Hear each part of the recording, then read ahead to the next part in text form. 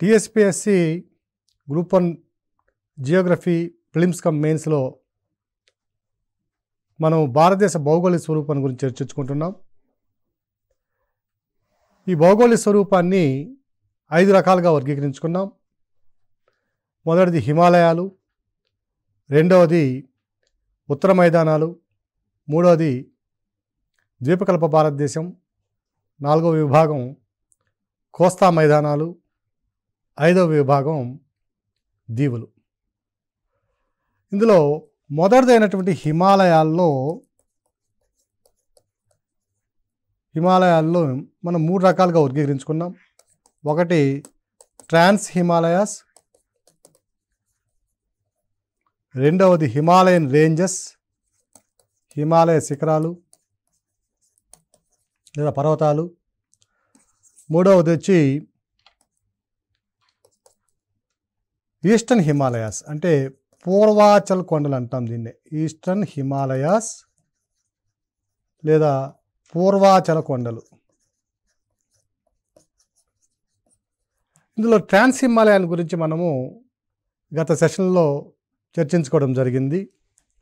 రెండవ విభాగమైనటువంటి హిమాలయ శిఖరాలు, Himalayan ranges, ఇది కూడా ప్రిలిమినరీ పాయింట్ ఆఫ్ వ్యూలో చాలా ఇంపార్టెంట్. అభ్యర్థులు అధికంగా ఇందులో కన్ఫ్యూజ్ కావడానికి అవకాశం ఉంటుంది. ఇక్కడ మనం కన్ఫ్యూజ్ కాకుండా ఒక స్ట్రక్చర్డ్గా ఇస్తున్నాం. మామూలుగా అభ్యర్థులందరూ కూడా బిట్ టు ఆన్సర్ చదివి కన్ఫ్యూజ్ అవుతుంటారు. అట్లా కాకుండా ఇప్పుడు మనము హిమాలయాలను ఈ విధంగా వర్గీకరించుకున్నాం. ట్రాన్స్ హిమాలయాలు, హిమాలయన్ రేంజెస్, పూర్వాచల్ కొండలు 3 రకాలుగా వర్గీకరించుకున్నాం. మొదటి దాంట్లో ట్రాన్స్ హిమాలయాల్లో 4 ఉన్నాయి. ఏమున్నాయి? కారాకోరం, లడక్, జస్కర్, కైలాష్ రేంజెస్. ఇక హిమాలయన్ రేంజెస్కి వచ్చేసరికి ఇక 3 ఉన్నాయి. సో ఈ విధంగా ఒక స్ట్రక్చర్డ్గా చదువుకొని వచ్చినట్లయితే జీవితంలో ఎప్పటికీ మర్చిపోవడానికి అవకాశం లేకుండా ఉంటుంది. రేపు మీరు పెద్దనక మీ పిల్లలకు కూడా చెప్పుకోవడానికి అవకాశం ఉంటుంది. అట్లా కాకుండా మనం బిట్టు ఆన్సర్ చదువుకున్నామంటే అది మనకే కన్ఫ్యూజన్ ఉంటుంది. అట్లా ఎవ్వరు కూడా బిట్టు ఆన్సర్ చదవద్దండి. మనం ఏదైతే స్ట్రక్చర్ ఇక్కడ చేస్తున్నామో దాని ప్రకారం చేయండి. అప్పుడు ప్రశ్న ఏ విధంగా ఇచ్చినా కూడా మనం ఆన్సర్ చేయడానికి అవకాశం ఉంటుంది. ఎంత కన్ఫ్యూజ్ చేసినా మనం కన్ఫ్యూజ్ కాం. ఇక్కడ హిమాలయన్ రేంజెస్లో మొదటిది గ్రేటర్ హిమాలయాస్, రెండవది మిడిల్ ఆర్ లెస్సర్ హిమాలయాస్, మూడవది శివాలిక్ పర్వతాలు. ఈ గ్రేటర్ హిమాలయాస్ని కనుక పరిశీలించినట్లయితే ఈ గ్రేటర్ హిమాలయాస్కి కూడా మరలా అనేక రకాలైన పేర్లు ఉన్నాయి. గ్రేటర్ హిమాలయాస్కి వీటిని హిమాద్రి అంటాం.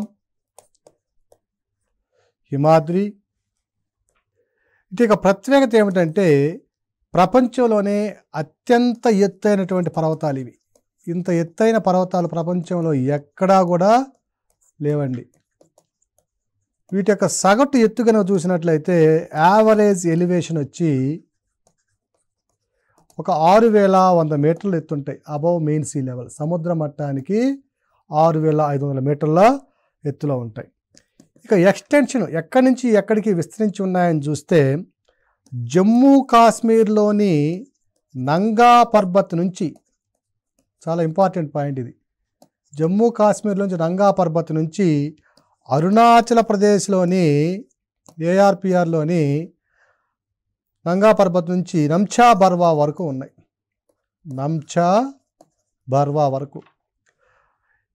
ఉన్నటువంటి హిమాలయాస్లో కంటిన్యూస్గా ఉన్నటువంటి హిమాలయాలు ఎక్కడా కూడా ఎటువంటి అంటే కోత లేకుండా, తెగువ లేకుండా, ఎక్కడా కూడా విడిపోకుండా కంటిన్యూస్గా ఉన్నటువంటి హిమాలయాలు గ్రేటర్ హిమాలయాస్. ఇవి 2400 మీటర్ల పొడవు ఉంటాయి. ఈ గ్రేటర్ హిమాలయాస్ యొక్క ప్రత్యేకత ఏమిటంటే ప్రపంచంలో ఉన్నటువంటి అత్యంత ఎత్తైన 10 శిఖరాల్లో 7 శిఖరాలు ఈ గ్రేటర్ హిమాలయాస్లోనే ఉంటాయి. మొదట మనం చూసాం అత్యంత ఎత్తైన శిఖరాలు. రెండవది K2 ఆర్ గాడ్విన్ ఆస్టిన్ అని చెప్పాం. అది ఎక్కడ ఉందంటే కారాకోరం పర్వత శ్రేణిలో ఉంది. ప్రస్తుతం పాక్ ఆక్రమిత కాశ్మీర్లో ఉంది అది. ఇక అత్యంత ఎత్తైన శిఖరమైనటువంటి మౌంట్ ఎవరెస్ట్, ఇది కనుక చూసినట్లయితే దీని యొక్క మొత్తం ఎత్తు 8850 మీటర్లు సముద్ర మట్టం నుంచి, 8850 మీటర్ల సముద్ర మట్టం నుంచి. సో అత్యంత ఎత్తైన శిఖరం మౌంట్ ఎవరెస్ట్ గ్రేటర్ హిమాలయాస్లో ఉంది. ఇది నేపాల్లో ఉంది. దీనికి గల పేరు, నేపాలీస్ దీన్ని ఏమని పిలుస్తారంటే సాగర్ మాత అంటారు. అంటే goddess of the sky, goddess of the sky అంటాం, సాగర్ మాత. దీన్ని టిబెటన్స్ ఏమని పిలుస్తారంటే చోములాంగ్మా అంటారు, చోములాంగ్మా అంటాం టిబెటన్స్. అలాగే చైనీస్ ఏమని పిలుస్తారంటే దీన్ని Chomolungma, Chomolungma. So goddess of the sky Sagarmatha అంటే, కోమ్లాంగ్మా అంటే mother of the world, mother of the world, ప్రపంచానికి తల్లి. మౌంట్ ఎవరెస్ట్ని ఈ విధంగా పిలుస్తున్నారు. దీన్ని మొట్టమొదటిసారిగా 1841లో సర్ జాన్ ఎవరెస్ట్ అనే ఆయన గుర్తించడం జరిగింది. అప్పట్లో ఈయన సర్వే ఆఫ్ ఇండియాకి డైరెక్టర్ జనరల్ 1841లో. దీనికి ఏమని పేరు పెట్టాడంటే ఆయన పీక్ 15 అని పేరు పెట్టాడు. తర్వాత 1865లో ఆయన జ్ఞాపకార్థం దీనికి ఎవరెస్ట్ అనే శిఖరం పెట్టారు, మౌంట్ ఎవరెస్ట్. ఆయన జ్ఞాపకార్థానికి మౌంట్ ఎవరెస్ట్ అని పేరు పెట్టారు. ఇక ఈ గ్రేటర్ హిమాలయాస్లో ప్రత్యేకంగా మనం చదువుకోవాల్సిన అంశం ఏమిటంటే దీంట్లో చాలా కనుమలు ఉన్నాయి. There are so many passes. ఏ ఏ రాష్ట్రంలో ఏ ఏ కనుమలు ఉన్నాయో మనం ఇప్పుడు చూద్దాం. ఫర్ ఎగ్జాంపుల్ ఫస్ట్గా మనం కనుక జమ్మూ అండ్ కాశ్మీర్ తీసుకుంటే ఒకటి వచ్చి బూర్జిల్ పాస్, బూర్జిల్ కనుమ ఆర్ బూర్జిల్లా కనుమ అంటాం. ఇక్కడ లా అంటేనే కనుమ అని అర్థం, లా మీన్స్ పాస్. మనకు బూర్జి కనుమ అనాలి, కానీ అలవాటు ప్రకారం బూర్జిల్లా కనుమ, తర్వాత జోజిల్లా కనుమ ఇలా అంటున్నాం మనం. సో రెండవ కనుమ వచ్చి జోజిల్లా కనుమ, జోజిల్లా పాస్. సో వీటి యొక్క ప్రత్యేకత ఏమిటంటే మొదటిది బూర్జిల్లా కనుమ వచ్చి కాశ్మీర్ వ్యాలీని సెంట్రల్ ఆసియాతో కలుపుతుంది, కాశ్మీర్ లోయని మధ్య ఆసియాతో కలుపుతుంది ఇది. రెండవది జోజిల్లా కనుమ శ్రీనగర్ని లేతో కలుపుతుంది, శ్రీనగర్ని లే, లడాఖ్లో ఉండేటువంటి లేని జమ్మూ కాశ్మీర్లో ఉండే శ్రీనగర్ని రెండింటిని కలిపే లోయ ఏమిటంటే జోజిల్లా పాస్. జమ్మూ అండ్ కాశ్మీర్లో ప్రధానంగా గుర్తుపెట్టుకోవాల్సిన పాసెస్ ఇవి రెండు. ఇక జమ్మూ కాశ్మీర్ తర్వాత రెండవ రాష్ట్రము హిమాచల్ ప్రదేశ్. హిమాచల్ ప్రదేశ్లో ఉన్నటువంటి ప్రధానమైనటువంటి కనుమ మొదటిది వచ్చి బారాలచ్చాలా కనుమ. ఈ బారాలచ్చాలా కనుమ లేని మనాలిని కలుపుతుంది. ఇది కనెక్ట్స్ మనాలి విత్ లే, లేని మనాలిని కలుపుతుంది. ఇది ప్రపంచంలోనే అత్యంత ఎత్తైనటువంటి రవాణా మార్గం ఉంది. ఇది లేని మనాలిని కలిపే రోడ్ వే ఏంటంటే the highest road transport way in the world. ఈ హిమాచల్ ప్రదేశ్లో ఉన్నటువంటి రెండవ కనుమ షిప్కీలా పాస్. షిప్కీలా కనుమ యొక్క ప్రత్యేకత ఏమిటంటే సట్లెజ్ నది భారతదేశంలోనికి ఈ కనుమ గుండా ప్రవేశిస్తుంది. మనం సింధు నది యొక్క ఉపనదులు చూసుకున్నట్లయితే పైన సింధు నది ఉంటే దక్షిణాగ్రాన సట్లెజ్ నది ఉంటుంది. ఇది టిబెట్లో పుడుతుంది. టిబెట్లో నుంచి హిమాచల్ ప్రదేశ్లోకి ఎంటర్ అయ్యి తర్వాత భారతదేశంలోకి వస్తే ఆ సట్లెజ్ నది ఈ షిప్కీలా పాస్ కూడా హిమాచల్ ప్రదేశ్లో గుండా ప్రయాణిస్తుంది. నెక్స్ట్ మూడవది ఉత్తరాఖండ్. ఉత్తరాఖండ్లో ఉన్నటువంటి పాసెస్ని కనుక మనం చూసినట్లయితే మొదటిది నితి పాస్, నితి కనుమ. ఇది ఉత్తరాఖండ్ని టిబెట్ని కలుపుతుంది. నితి కనుమ ఉత్తరాఖండ్ని టిబెట్ని కలుపుతుంది. రెండవది మనా పాస్, మనా కనుమ. ఇది కూడా ఉత్తరాఖండ్ని టిబెట్నే కలుపుతుంది. మూడవది దెబ్సా పాస్, దెబ్సా కనుమ. ఇది కులు వ్యాలీకి, కులు లోయకి, స్పితి లోయకి మధ్యలో ఉంటుంది. హిమాచల్ ప్రదేశ్లో ఉండేటటువంటి ఉత్తరాఖండ్లో ఉంటుంది. ఇది దెబ్సా పాసు కులు వ్యాలీకి, మనా పాస్కి స్పితి వ్యాలీకి మధ్యలో వెళ్తుంది. ఇది లైస్ మధ్యలో ఉంటుంది. ఇది next Lipulekh pass, Lipulekh కనుమ. దీని యొక్క ప్రత్యేకత ఏమిటంటే ఇండియాకి, చైనాకి, నేపాల్కి మధ్య అంతర్జాతీయ సరిహద్దుగా ఉంటుంది. ఇది కనుక it is international pass and also international boundary in between 3 nations, India, China మరియు నేపాల్. ఈ మూడింటికి మధ్యలో ఉండే పాస్ ఏమిటంటే లిపు లేక్ పాస్. దాని తరువాత ఉత్తరాఖండ్, తర్వాత సిక్కిం. సిక్కింలో ఉన్న కనుమ నాథూలా పాస్, నాథూలా కనుమ. ఈ నాథూలా కనుమ ఏం చేస్తుందంటే సిక్కింకు తూర్పున ఉన్నటువంటి వెస్ట్ బెంగాల్లో ఉన్నటువంటి ఒక వేసవి విడిది కేంద్రం ఉంది అక్కడ, కాలింపాంగ్. సిక్కింకు తూర్పున ఉన్నటువంటి వెస్ట్ బెంగాల్లో డార్జిలింగు, కాలింపాంగు అనేవి ప్రధాన వేసవి విడిది కేంద్రాలు. అందులో కాలింపాంగ్ సమ్మర్ రిసార్ట్ ఏదైతే ఉందో, సిటీ ఏదైతే ఉందో దాన్ని టిబెట్లోని లాసాని కలుపుతుంది. Nathula pass connects Kalimpong of West Bengal with Lhasa of Tibet. Next Jelepla కనుమ, జిలీప్లా పాస్. ఈ జిలీప్లా పాస్ ఏం చేస్తుంది, గ్యాంగ్టక్ని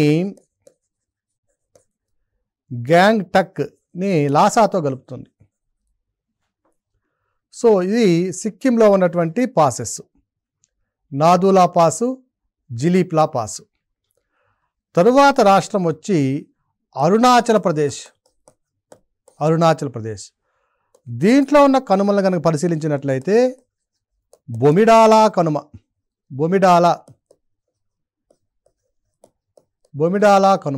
బొమిడాలా పాస్. రెండవది యాంగ్ యాప్ పాస్, యాంగ్ యాప్ కనుమ. మూడవది దిహాంగ్ పాస్, దిహాంగ్ కనుమ. ఈ బొమిడాలా పాస్ ఏం చేస్తుందంటే అరుణాచల్ ప్రదేశ్ని తీసుకెళ్ళి లాసాతో కలుపుతుంది. ఏఆర్పిఆర్ని లాసాతో కలుపుతుంది. యాంగ్ యాప్ కనుమ చాలా ఇంపార్టెంట్గా గుర్తుపెట్టుకోవాల్సినటువంటి కనుమ. River Brahmaputra enters into India through this pass. మనం మ్యాప్లో కనుక చూసినట్లయితే ఇది అరుణాచల్ ప్రదేశ్, ఇది ద పాస్ ఆఫ్ బ్రహ్మపుత్ర నది. ఈ విధంగా ప్రయాణించే బ్రహ్మపుత్ర నది సడన్గా యూటర్న్ తీసుకొని యాంగ్ యాప్ కనుమ గుండా, ఇది యాంగ్ యాప్ కనుమ గుండా భారతదేశంలో ప్రయాణిస్తుంది. దీని తర్వాత దిహాంగ్ పాన్ చూసినట్లయితే ఇది కూడా చాలా ఇంపార్టెంట్ పాస్. ఇక్కడ దిహాంగ్ ఉంటుంది, ఇది యాంగ్ యాప్ అయితే ఇది దిహాంగ్ కనుమ. ఈ దిహాంగ్ కనుమ ఏం చేస్తుందంటే ఇటువైపు ఉండే మియన్మార్కి, ఇటువైపు ఉండే ఈశాన్య భారతదేశానికి మధ్య సరిహద్దుగా ఉంటుంది దిహాంగ్ కనుమ. మయన్మార్లోకి అరుణాచల్ ప్రదేశ్లో నుంచి ప్రవేశించాలంటే ఉన్న మార్గం, ప్రధానమైన మార్గము దిహాంగ్ కనుమ. ఇవి గ్రేటర్ హిమాలయాస్లో ఉన్నటువంటి కనుమలు. దీని తరువాత గ్రేటర్ హిమాలయాస్లో ఉన్నటువంటి మరొక ప్రత్యేకమైన అంశం హిమాలయ శిఖరాలు. అత్యంత ఎత్తైన హిమాలయ శిఖరాలు మనం చెప్పుకున్నాం. ప్రపంచంలోనే అత్యంత ఎత్తైన శిఖరాలు ఎక్కువగా ఉన్నటువంటి పర్వత శ్రేణి అంటే అది గ్రేటర్ హిమాలయ పర్వత శ్రేణి. దీనికే మరొక పేరు హిమాద్రి అని కూడా పెట్టుకున్నాం.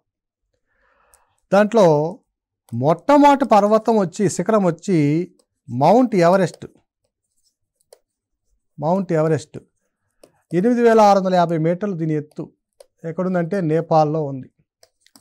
రెండవది K2. హిమాలయ శిఖరాల్లో K2 వచ్చి మాత్రం ఇది కారాకోరం శ్రేణిలో ఉంటుంది. ఇది గ్రేటర్ హిమాలయ పర్వత శ్రేణి కాదు, కానీ ఎత్తైన శిఖరాలు, అత్యంత ఎత్తైన శిఖరాలను చెప్పుకుంటున్నాం కాబట్టి ఇక్కడ చెప్పుకుంటున్నాం. K2 కారాకోరం శ్రేణి 8611 కిలోమీటర్లు. ఇది జమ్మూ అండ్ కాశ్మీర్కి సంబంధించింది. పాక్ ఆక్యుపైడ్ కాశ్మీర్లో ఉంది ఇది. మూడవది కాంచనజంగా 8598 మీటర్లు. ఇది సిక్కింలో ఉంటుంది. నాలుగవది మకాలు. ఇది 8481 మీటర్లు. మకాలు వచ్చి నేపాల్లో ఉన్నట్టు శిఖరం. ఐదవది ధవళగిరి. 8172 మీటర్లు. ఇది కూడా నేపాల్లో ప్రాంతం ఉంది. ఇక ఆరవది వచ్చి ఎత్తైన శిఖరము నంగా పర్బత్. ఇందా చెప్పుకున్నాం, గ్రేటర్ హిమాలయాసు జమ్మూ కాశ్మీర్లోని నంగా పర్బత్ నుంచి అరుణాచల్ ప్రదేశ్లోని నంచాబర్ వరకు విస్తరించి ఉన్నాయని చెప్పాం. ఈ నంగా పర్బత్ యొక్క ఎత్తు 8126 మీటర్లు. ఇది కూడా జమ్మూ అండ్ కాశ్మీర్లో భాగమే. తరువాత నందాదేవి ఉత్తరాఖండ్ 7817 మీటర్లు, ఉత్తరాఖండ్. తర్వాత కామెత్, ఇది కూడా ఉత్తరాఖండ్లో భాగమే. దీని యొక్క ఎత్తు వచ్చి 7756 మీటర్లు. తర్వాత నంచా బర్వా తెలిసిందే, అరుణాచల్ ప్రదేశ్లో ఉంటుంది. ఇది వచ్చి 7754 మీటర్లు. తర్వాత వచ్చి బద్రీనాథ్ తెలిసిందే, ఇది ఉత్తరాఖండ్లో భాగం, ఉత్తరాఖండ్. నెక్స్ట్ వచ్చి కేదార్నాథ్, ఇది కూడా ఉత్తరాఖండ్లోదే. సో హిమాలయస్ పర్వతం మొత్తం మీద హిమాలయ పర్వతాలన్నింటిలో కనుక చూసినట్లయితే అత్యంత ఎత్తైనటువంటి శిఖరాలు మనం చూసినట్లయితే మొట్టమొదటిది మౌంట్ ఎవరెస్టు, నేపాలు. వీటి యొక్క ఎత్తులు ఎవరు కూడా గుర్తుపెట్టుకోవాల్సిన అవసరం లేదు. కాకపోతే కొన్ని సందర్భాలలో సివిల్స్లో మాదిరిగా ఒక 4 శిఖరాలు ఇచ్చి వీటిని వాటి యొక్క ఎత్తుల ప్రకారం వరుస క్రమంలో అమర్చండి అనడానికి అవకాశం ఉంది. ఖచ్చితంగా గుర్తుపెట్టుకోవాల్సిన అవసరం లేదు కానీ ఎత్తుల్ని. కాకపోతే ఈ ఆర్డర్ మాత్రం తప్పనిసరిగా బైహార్ట్ చేస్తే మంచిది, మకప్ చేస్తే చాలా మంచిది. ఏదో ఒకరోజు దీనివల్ల ఉపయోగం ఉంటుంది. సో ఎత్తైన శిఖరాల్లో మొదటిది మౌంట్ ఎవరెస్ట్, నెక్స్ట్ K2 లేదా గాడ్విన్ ఆస్టిన్, మూడవది కాంచన్జంగా, మకాలు, ధవళగిరి, నెక్స్ట్ నంగా పర్బత్, నందాదేవి, కామెత్తు, నంచాబర్వా, బద్రీనాథ్, కేదార్నాథ్. ఇవి హిమాలయాలకు సంబంధించినటువంటి శిఖరాలు. ప్రపంచం మొత్తం మీద కనుక చూసినట్లయితే అత్యంత ఎత్తైన శిఖరాల్లో మనం వరుస కనుక చూసినట్లయితే మరలా మౌంట్ ఎవరెస్టే మొదటిది.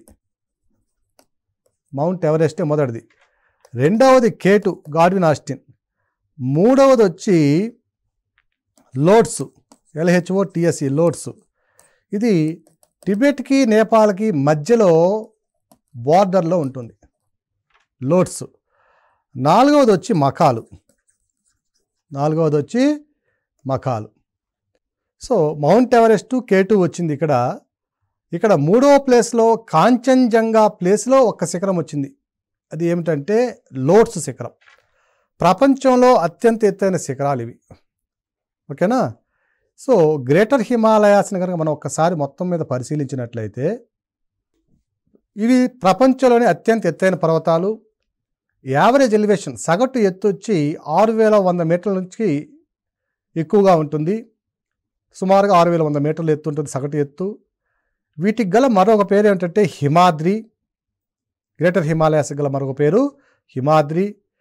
వీటినే టిబెటన్ హిమాలయాస్ అని కూడా అంటారు కొన్ని సందర్భాల్లో. ఇవి ఎక్కడి నుంచి ఎక్కడికి విస్తరించి ఉన్నాయంటే జమ్మూ కాశ్మీర్లోని నంగా పర్బత్ నుంచి అరుణాచల్ ప్రదేశ్లో నంచాబర్ వరకు విస్తరించున్నాయి. వీటి యొక్క ప్రత్యేకత ఏమిటంటే ప్రపంచంలోని అత్యంత ఎత్తైన శిఖరాలన్నీ కూడా ఎక్కువగా గ్రేటర్ హిమాలయాస్లోనే ఉన్నాయి, హిమాద్రిలో ఉన్నాయి. వీటి మీద పరిశోధన చేసినటువంటి వ్యక్తి ఎవరంటే అప్పట్లో 1841లో survey of India director general అయినటువంటి సర్ జాన్ ఎవరెస్ట్ అనే ఆయన వీటి మీద విశేషమైనటువంటి కృషి చేశాడు. ఆ మహానుభావుడు చేసినటువంటి కృషి మన చరిత్రలో కూడా ఎవరు కూడా పర్వతాలు చేసిన వ్యక్తి ఎవరు కూడా లేరు. అంత గుర్తుపెట్టుకోవాల్సిన వ్యక్తి ఆయన. సో ఆయన కనిపెట్టిన వివరాల ప్రకారం, ఆయన సాధించిన వివరాల ప్రకారం అత్యంత ఎత్తైన శిఖరం ఏమిటంటే అప్పట్లోనే ఎప్పటికీ అదేనండి, మౌంట్ ఎవరెస్ట్ 8850 మీటర్లు. దీనికి గల పేర్లు మనం చూసాం. సాగర్మాత అన్నాం, చోమ్లాంగ్మా అన్నాం, కోమ్లాంగ్మా అన్నాం. తర్వాత దీని పేరుని 1860లో దీని పేరుని మార్చాం. ఏమని మార్చామంటే మౌంట్ ఎవరెస్ట్ అని పెట్టాం. 1841లో దీన్ని కనిపెడితే ఆ జాన్ ఎవరెస్ట్ యొక్క జ్ఞాపకార్థం దీని పేరుని ఏంగా మార్చామంటే ఎవరెస్ట్గా మార్చాం. అత్యంత ఎక్కువగా కనుమలు ఉన్నటువంటి హిమాలయాలు కూడా గ్రేటర్ హిమాలయాస్ మనం చూసాం. జమ్మూ అండ్ కాశ్మీర్లో బూర్జిల్ కనుమ, జోజిల్లా కనుమ. నెక్స్ట్ హిమాచల్ ప్రదేశ్లో బారాలచ్చాలా కనుమ, షిప్కీలా కనుమ.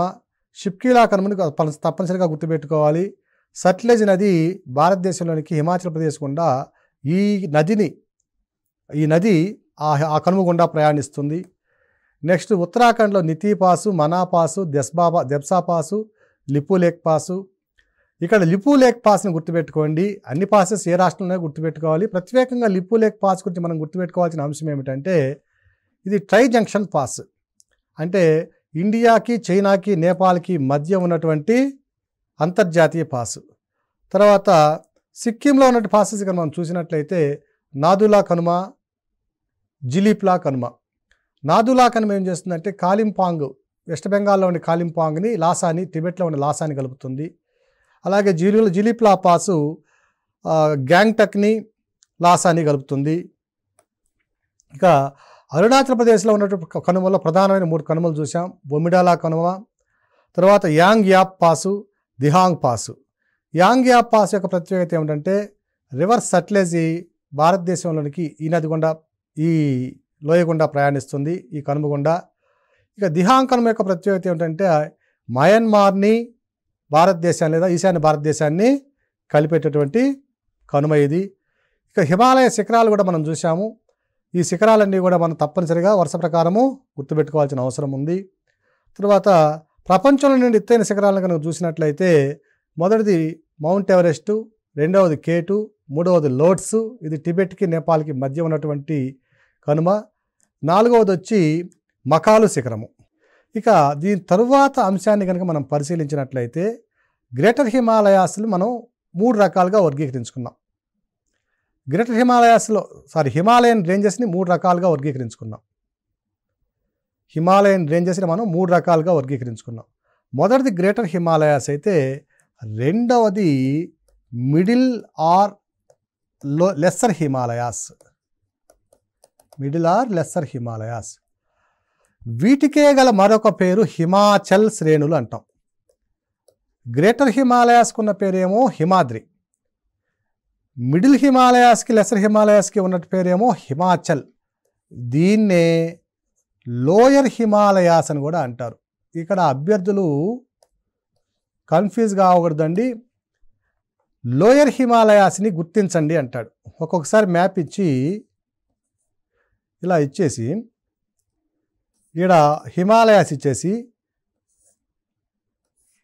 ఇలా ఇస్తాడండి.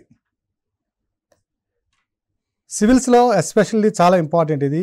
యాస్పిరెంట్స్ సివిల్స్ కూడా ప్రిపేర్ అవుతున్నారు కాబట్టి గుర్తుపెట్టుకోండి. సివిల్స్ వాళ్ళు కూడా ఎక్కువ మంది ఎగ్జామ్స్ రాస్తుంటారు, అది సర్వసాధారణం. ఇక్కడ 4, 5 లేదా కొన్ని హిమాలయాస్ ఇచ్చేసి వాటిని గుర్తించమని అడగడం జరుగుతుంది. ఇక్కడ మొట్టమొదటి ఉందంటే పైన ఉన్నది కారాకోరం, దాని తర్వాత లడాక్, దాని తర్వాత జస్కర్, ఇది కైలాస్. ఈ 3 ఏమిటంటే హిమాలయన్ రేంజెస్, హిమాలయన్ శిఖరాలు, హిమాలయ పర్వతాలు. ఈ హిమాలయ పర్వతాలని మనం 3 రకాలుగా వర్గీకరించుకున్నాం.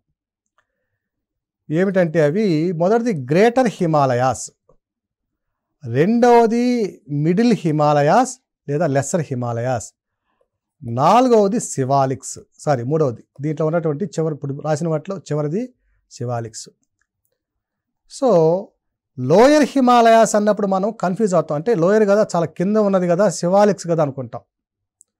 కానీ లోయర్ హిమాలయాస్ దేంటిని అంటారంటే హిమాలయన్ రేంజెస్లో ఉన్న మూడింటిలో గ్రేటర్ హిమాలయాస్ పైదైతే రెండవది మిడిల్ హిమాలయాస్ని లోయర్ హిమాలయాస్ అంటారు, లెస్సర్ హిమాలయాస్ అని అంటాం. దాని దిగువది శివాలిక్స్. ఓకేనా, రైట్. తర్వాత వీటి యొక్క ప్రత్యేకత ఏమిటంటే ఇది శివాలిక్ పర్వతాలకి కింద ఉన్నటువంటి శివాలిక్ పర్వతాలకి పైన ఉన్నటువంటి గ్రేటర్ హిమాలయాస్కి మధ్యలో ఉంటుంది ఇది.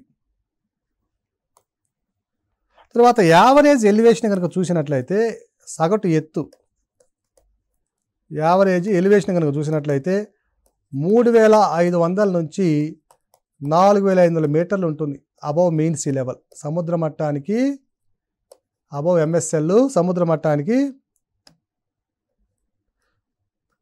3500 నుంచి 4500 మీటర్ల ఎత్తులో ఉంటుంది. దీని యొక్క మరొక ప్రత్యేకత ఏమిటంటే ఈ మిడిల్ హిమాలయాస్ లేదా లెస్సర్ హిమాలయాస్కి ఉన్నటువంటి స్టీప్ స్లోపు హిమాలయాల్లో ఏంట్లో కూడా మనం చూడలేం. అన్ని హిమాలయన్ రేంజెస్లో which of the following Himalayan ranges have steep slopes అంటాడు. అవి మిడిల్ హిమాలయాస్ లేదా లెస్సర్ హిమాలయాస్. అంటే వీటి యొక్క వాల్ ఎలా ఉంటుందంటే చాలా దారుణంగా ఉంటుంది, ఇలా ఉంటుంది. తరువాత వీటిని మరలా మిడిల్ హిమాలయాస్ అని పరిశీలించినట్లయితే ఇది ఒక కంటిన్యూస్ రేంజ్ కాదు, ఇలా 2 రేంజెస్గా ఉంటుంది. ఇది ఈ పైన ఉన్న రేంజ్నేమో పీర్ పంజాల్ రేంజ్ అంటాం, పీర్ పంజాల్ రేంజ్. కింద ఉన్న రేంజ్నేమో దోల్దార్ రేంజ్ అంటాం, దోల్దార్ కనుమ దోల్దార్ శ్రేణి. ఈ మిడిల్ హిమాలయాస్ లెస్సర్ హిమాలయాస్ అనేవి 2 విభాగాలుగా విభజించబడ్డాయి. పైన ఉన్నదాన్నేమో పీర్ పంజాల్ రేంజ్, కింద ఉన్నదాన్నేమో దోల్దార్ రేంజ్ అంటాం. ఇక్కడ గ్యాప్ వస్తుంది. ఈ పీర్ పంజాల్ రేంజ్ అనేది కంప్లీట్గా జమ్మూ అండ్ కాశ్మీర్లో ఉంటుంది. దీని యొక్క మొత్తం పొడవు 300 కిలోమీటర్లు.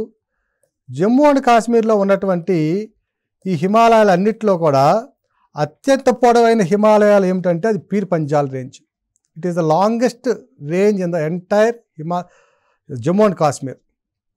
జమ్మూ కాశ్మీర్లో ఉన్నటువంటి మొత్తం హిమాలయాలన్నింటిలో కూడా ఇది అత్యంత పొడవైనటువంటి రేంజ్. ఈ పీర్ పంజాల్ రేంజ్లో ఉన్నటువంటి కనుమలను కనుక మనం చూసినట్లయితే ఒకటి బిదిల్ పాసు, రెండవది గోలబ్గర్ పాసు. బిదిల్ కనుమ, రెండవది గోలబ్గర్ కనుమ. ఇక ఈ పీర్ పంజాల్ రేంజ్ యొక్క ప్రత్యేకత ఏమిటంటే కృష్ణగంగా అనే ఒక చిన్న నది ఉందండి. ఇది జేలం నది యొక్క ఉపనది, జేలం నది యొక్క ఉపనది. ఈ కృష్ణగంగా నది తర్వాత సింధు నది యొక్క ఉపనది చేనాబ్ నది, ఈ 2 కూడా పీర్ పంజాల్ రేంజ్ గుండా ప్రయాణిస్తాయి, పీర్ పంజాల్ రేంజ్ తాకుతూ ప్రయాణిస్తాయి. మరి ఒక ప్రత్యేకమైన అంశం ఏమిటంటే పీర్ పంజాల్ రేంజ్లో ఉన్నటువంటి మైదానాలని ఖరేవా మైదానాలు అంటారు. ఇవి ప్రపంచంలోనే అత్యంత సారవంతమైనటువంటి మైదానాలు ఖరేవా మైదానం. ఇంతకంటే సారవంతమైన మైదానాలు ఎక్కడా లేవు. సో ఈ జేలం నది ఏం చేసిందంటే పీర్ పంజాల్ రేంజ్ని తాగుతూ ప్రయాణిస్తూ ఆ పైన ఉన్నటువంటి సారవంతమైన మట్టిని అంతా కూడా తీసుకొని వచ్చి ఇక్కడ ఇంతకుముందు లేక్స్ ఉండేవండి. ఈ పీర్ పంజాల్ రేంజ్ నుంచి వచ్చిన సారవంతమైన మట్టి అంతా కూడా జేలం నది ద్వారా ఇక్కడ నిక్షేపించబడి ఇక లాకస్టిన్ ప్లెయిన్స్ అంటాం. అంటే సరస్సులు సారవంతమైన మట్టి చేత కప్పబడి ఏర్పడినటువంటి మైదానాలు ఇవి. ఈ లాకస్టిన్ ప్లెయిన్స్ ఏర్పడినాయి. వీటికే లోకల్గా ఏం పేరు ఉందంటే ఖరేవా మైదానాలు అంటాం. ఈ ఖరేవా మైదానాలు ప్రపంచంలో అత్యంత సారవంతమైన మైదానాలు. ఈ కాశ్మీర్ లోయలో ఉన్నటువంటి ఈ మైదానాల్ని దేనికోసం ఉపయోగిస్తున్నామంటే సాఫ్రాన్ అంటే కుంకుమ పువ్వు సాగు చేయడము, తరువాత ఇంకా వాల్నట్స్, ఓకేనా, అలాంటి ప్రత్యేకమైనటువంటి హై వాల్యూ అంటే అధిక ధరనిచ్చేటువంటి పంటల్ని పండిస్తారు దీంట్లో. సో కుంకుమ పువ్వు అనేది చాలా విలువైనటువంటి పంట. వీటితో పాటుగా కొన్ని ప్రాంతాల్లో యాపిల్ని కూడా పండించడం జరుగుతుంది. సో మొత్తం మీద చూసినట్లయితే హిమాలయన్ రేంజెస్లో రెండవ విభాగమైనటువంటి పీర్ పంజాల్ శ్రేణి, దౌల్దార్ శ్రేణి గురించి మనం తెలుసుకుంటున్నాం. ఈ మిడిల్ హిమాలయాస్ లేదా లెసర్ హిమాలయస్ యొక్క సగటు ఎత్తుగా చూసినట్లయితే 3500 నుంచి 4500 మీటర్ల ఎత్తు ఉంటుంది. ఇవి రెండుగా విభజించబడ్డాయి. పీర్ పంజాల్ శ్రేణి, దౌల్దార్ శ్రేణిగా విభజించబడ్డాయి. పీర్ పంజాల్ శ్రేణి యొక్క ప్రత్యేకత చూసాము. ఇది కంప్లీట్గా కాశ్మీర్లోనే ఉంటుంది. ఈ పీర్ పంజాల్ రేంజ్ గుండా ప్రయాణించే నదులు కనుక చూసినట్లయితే కృష్ణగంగా నది, ఇది జీలం నది యొక్క ఉపనది, తర్వాత చీనాబ్ నది, ఈ రెండూ కూడా సారవంతమైనటువంటి మైదానాలను ఏర్పరిచాయి ఈ పీర్ పంజాల్ శ్రేణి గుండా ప్రయాణిస్తూ. వీటి గుండా మైదానాల గుండా ఈ మైదానాల ద్వారా ఏర్పడినటువంటి ఈ నదుల ద్వారా ఏర్పడినటువంటి మైదానాల్ని కరేవా మైదానాలు అంటున్నాం. ఈ కరేవా మైదానాలు ప్రపంచంలోని అత్యంత సారవంతమైన మైదానాలు. ప్రపంచంలోని అత్యధికంగా కుంకుమ పువ్వును పండించే ప్రాంతం కూడా ఈ ప్రాంతమే. ఈ మైదానాలు దేని ద్వారా ఏర్పడ్డాయంటే జీలం నది ఎగువ ప్రాంతాల నుంచి తీసుకువచ్చినటువంటి మన్నుని ఆ కింద ఉన్న సరస్సుల్లో కప్పడం ద్వారా, పూడ్చడం ద్వారా ఏర్పడినటువంటి మైదానాలు ఇవి.